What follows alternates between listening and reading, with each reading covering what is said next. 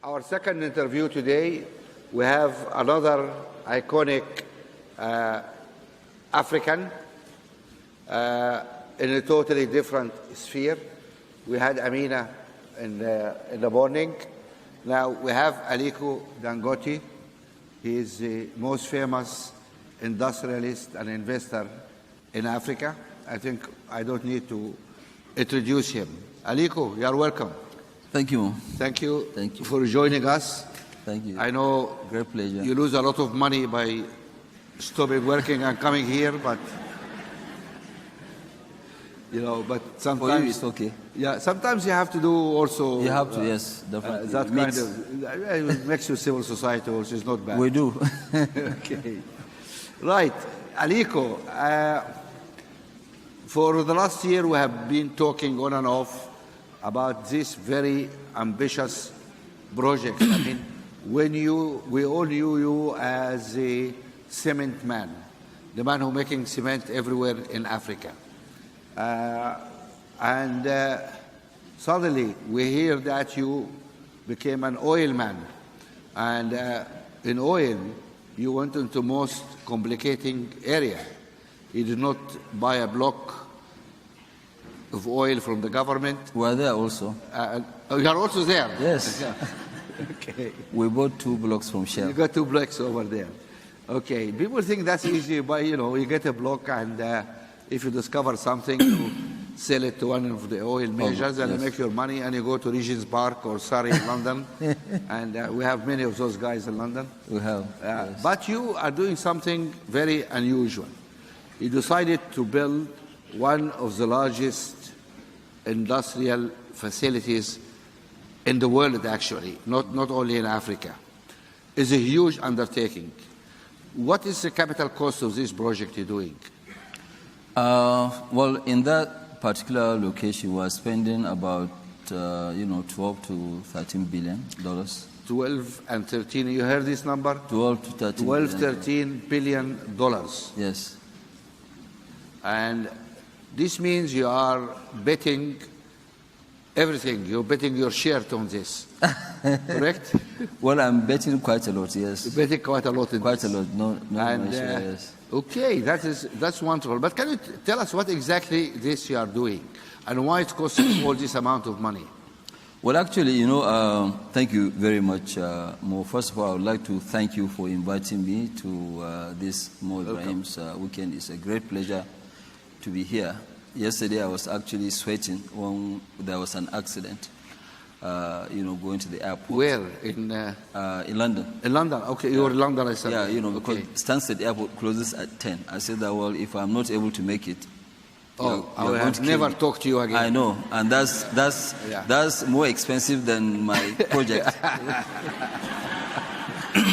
You know why this guy is charming, Anyway, thank you very much. So really, what you have today, Mo, is that we have almost about 5 major projects. We have the refinery, which is 650,000 barrels per day. 650,000 barrels per day. We have the petrochemical, which is 1.3 million tons of polypropylene, polyethylene, which will make us second largest exporter of petroleum products in sub-Saharan Africa after Sasol. Then we have 3 million tons of urea and ammonia, which is fertilizer. And also we have the gas pipeline. But the 3 have actually moved very, very fast. And then we have the cement. We are doing about $2 billion worth of expansion in the cement. And then agriculture, we have, rice, 1 million tons, which we are building with integrated power, because we are in the localities where we are going to, process, do parboiling. The rice we eat is different than the rice here in Côte d'Ivoire. We eat parboiled rice, so you have to boil the rice and do, the process. With all this, the most challenging one, which is really very good, is the refinery. It has opened our eyes to see the lack of infrastructure in, Africa. Now, let us dissect. We're going to do a forensic audit of what you are doing now. Okay. So let's take it one by one. One by one, all right. Okay. This big refinery and associated installations you are making, can you describe it to us? What is exactly? Is it just some pipes bringing crude and you are refining this and then pumping it back, or what do you have to do? We have the refinery is actually on a. First of all, let me tell you the challenges and what we are facing. It's just outside Lagos. We took up a land which is about 2.7 million square meters. 2.7 million. Yeah, square meters is huge. It's massive. Internal roads alone, we have 136 drainage. Some of them as wide as 40 meters. We have 200 kilometers, and it's all fenced. 240 kilometers of roads you have to create? No, 136 kilometers of roads. But drainage, we have about 213 or so. Okay. Of drainage. But the most challenging is that, the land, it was just a jungle, it was a mangrove. Marshland. We have to remove all the trees. You have to clear it, and then we pump 65 million, cubic meters of sand, which is quite a lot. We have to bring the two world's biggest dredgers to work there continuously for almost about 10, 11 months. So you get this sand from the seabed? From the sea, yes, from the sea into the land. Okay. And, so when we finish that, we are now faced with the quality of the soil that we have. Our refinery, not the fertilizer, the refinery section alone has the highest number of piles you can find anywhere in the world, which is 136,000 piles. It's huge. It's 100, so everything about this refinery is very, very huge. You can see the regenerator, which they are showing here. Can we have some? What's that? Yes, this one is weighing 3,000 metric tons. You have to generate your own power? No. This regenerator, it regenerates the crude. You generate the crude. Okay. Yes. So.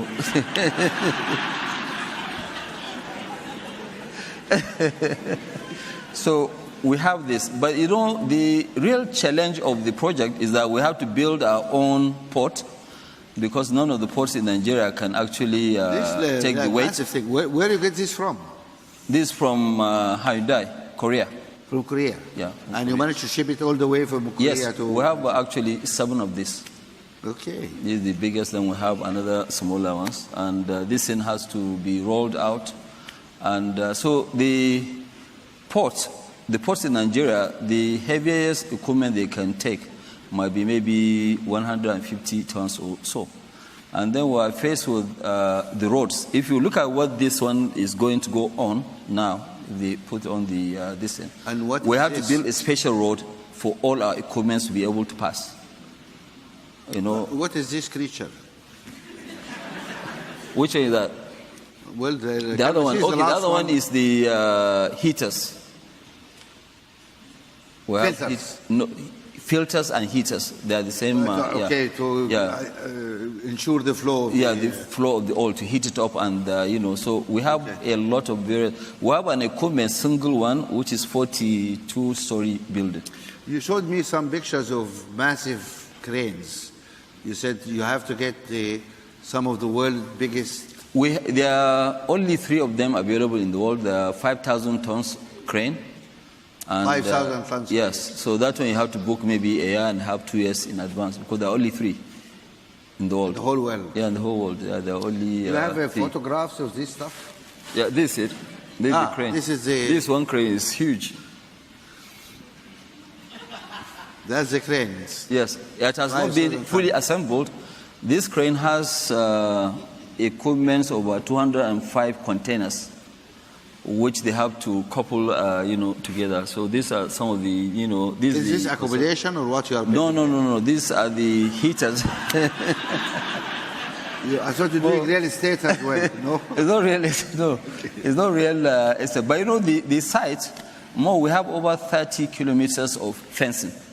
30 kilometers of fence. Concrete fencing at the site. So we have quite a lot of challenge. But what this will give us at the end of the day is to give us, 650,000 barrels of, crude processing, and total number of products that will produce will be about 32 million tons. So 32 million tons, it means that Nigeria will actually be one of the largest exporters in Africa of petroleum products. So what we are trying to do is to do exactly like what we did in cement. Nigeria used to be number 2 in the world after US in cement importation. And now Nigeria, was self-sufficient. And by this year, Nigeria will be the largest exporter of cement in Africa. Okay. With 8 million tons of exportation. Right, but I think this wonderful. This is a courageous man to put all, he bet the bank and everything on such a massive technological projects, which in Africa we're not famous for. We always go for the soft stuff, and I'm not aware of any major private investment in Africa at that scale. No, never. Which is funded by local people.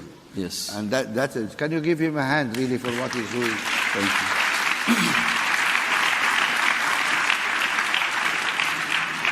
you. Now, we come to cement. I know you have a number of cement facilities. In how many countries you are producing? Well, 14 in total, the operational one. 14. We have about 11, then we have about 3 new countries. Now, let me ask you a question. You had to do 14 factories. No, more than 14 factories, 14 countries. 14 countries, so you have more than one? Countries we have, like in South Africa we have 2. In Nigeria we have 3. We are building the 4th one. Let me give you the scale of our industries. Like in Nigeria, we have one single location which we are producing about 30 million tons, which is 13 million tons. 13 today, but by end of this year it will be 16, which is by far outstripping the whole production of South Africa. So you're going to end up producing more than South Africa? In that location alone, yes. Just one location? Just one location, yes. South Africans watch out. You guys are... They don't need to watch out. I'm there becoming also. History, yeah. So we have in Zambia, Tanzania, Ethiopia, Congo, Brazzaville, So most of the countries, were there. In Cameroon, we're actually building another 3 million tons here in Côte d'Ivoire. Yeah. Cote d'Ivoire, just about an hour, from here. Now, strategically, when you start to build this empire of cement manufacturing, are you, of course, you're looking at markets, etc., and raw materials and transport, but was it necessary to build in 14 countries? Couldn't you build in 4 or 5 key locations and then transport to other countries? Or are the custom barriers forcing you to put factories sometimes where it's not optimum to do so? Well, there are several reasons. One of the reasons, first, is that it is not easy to move around. It's not easy to move around? It's not easy to move around, that's number one. Number 2, it depends on the country, whether they have limestone, which is our key raw material. That's what I thought. Some location will be more... it depends. Like now, let me give you an example, because you've talked about movement within Africa. Yeah. Take, for instance, our factory in Nigeria, which is in a place called Igbeshi. It's not far away from Obasanjo's house. Okay. Yeah. You put it there because of Obasanjo? No.